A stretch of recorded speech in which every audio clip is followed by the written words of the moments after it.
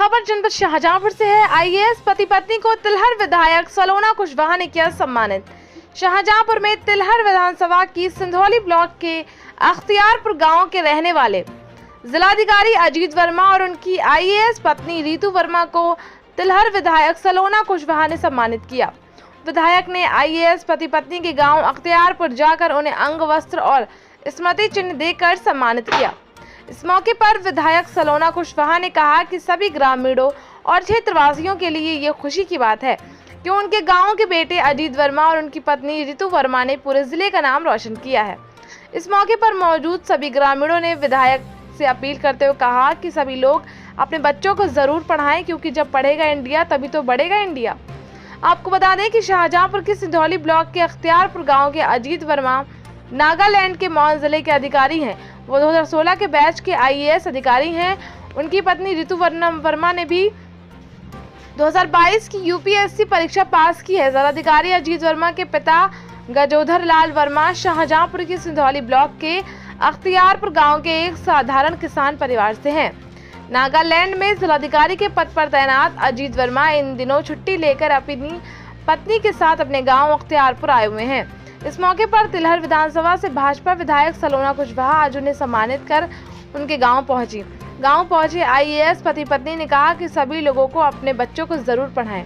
उन्होंने कहा कि कोई भी काम बड़ा नहीं होता, लक्ष्य पाने के लिए कड़ी मेहनत जरूरी होती है और मेहनत के बाद सफलता भी जरूर मिलती है। इस मौके पर आईएएस पत्नी ऋतु वर्मा ने कहा कि जब एक लड़का पढ़ता है तो सिर्फ एक लड़का ही पढ़ता है, लेकिन जब एक लड़की पढ़ती है तो पूरा परिवार पढ़ता है, इसलिए सभी लोग बेटियों को जरूर पढ़ाएं।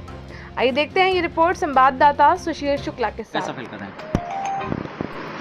सर्वप्रथम तो मैं जो अजीत वर्मा जी और उनकी धर्म पत्नी श्रीमती रीतू वर्मा जी के लिए ढेर सारी शुभकामनाएं देती हूँ कि आज उनको अपनी मंजिल मिल गई और एक छोटे से गांव अख्तियारपुर से निकल के एक प्राइमरी स्कूल से स्टार्टिंग करके और इस मुकाम पे पहुँचे जाके, ये वाकई एक प्राउड फील की बात है और एक बड़े गर्व की बात है।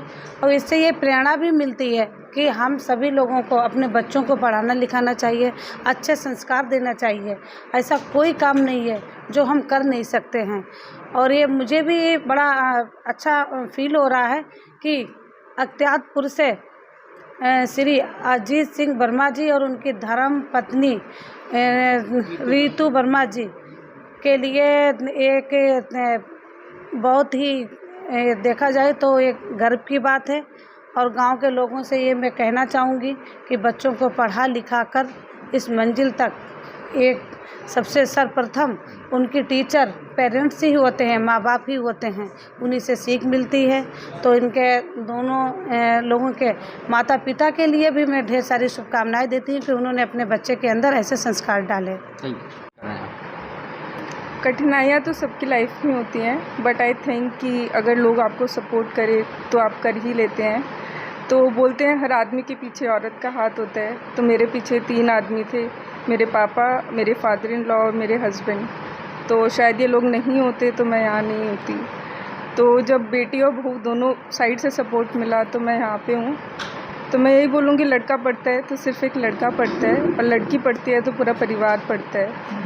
तो लड़की को ज़रूर पढ़ाइए। Thank you. ये सब हुआ। देखिए, मेरे सिलेक्शन के बाद मैं अपनी सर्विस में था और उसी समय हमारी शादी हुई। तो मैंने कभी भी इन पर दबाव नहीं डाला कि आप यूपीएससी की तैयारी करिए। इनका खुद का मन था तैयारी करने का, और चूँकि ये पहले से ही मेहनती थी और समर्पित थी पढ़ाई को लेकर, और पहले ये प्राइवेट सेक्टर में जॉब कर रही थी, वहाँ से छोड़ के तैयारी शुरू की। बस मेरा ये था कि मेरी तरफ से और मेरे परिवार की तरफ से पूरा सपोर्ट है। तो हमारा प्रयास बस यही रहा, यूपीएससी के लिए प्रयास करती रही। सफलता के लिए हम लोगों का सपोर्ट केवल आंशिक है, पूर्ण रूप से इन्होंने मेहनत की, इसी वजह से इन्हें सफलता मिली। और जहाँ तक इस एग्ज़ाम की बात है या किसी अलग एग्ज़ाम की बात है, मेरा लंबा अनुभव है एग्ज़ाम को लेकर। मैंने एसएससी से लेकर पीसीएस से लेकर और परीक्षाएं भी पास की हैं। तो मेरा गांव वालों को, परिवार वालों को और यहाँ पे जितने लोग उपस्थित हैं उनके लिए सिर्फ ये मैसेज है कि कोई भी एग्ज़ाम, कोई भी काम बड़ा नहीं, बस ज़रूरत इस बात की है कि आप डरिए मत, और पहले इस बात का अंदाज़ा लगाइए कि आप जो काम कर रहे हैं वो कितना बड़ा है। जितना बड़ा काम करना होगा उतनी ज़्यादा मेहनत करनी होगी। कहते नहीं, कोई लक्ष्य बड़ा नहीं, जीता वही जो डरा नहीं। सो यही मैसेज मैं सबको देना चाहता हूँ पहले आप तय करिए आपको करना क्या है, उसके बाद उसी रेशियो में मेहनत करिए, सफलता आपके कदम चूमेगी। धन्यवाद। जनपद का नाम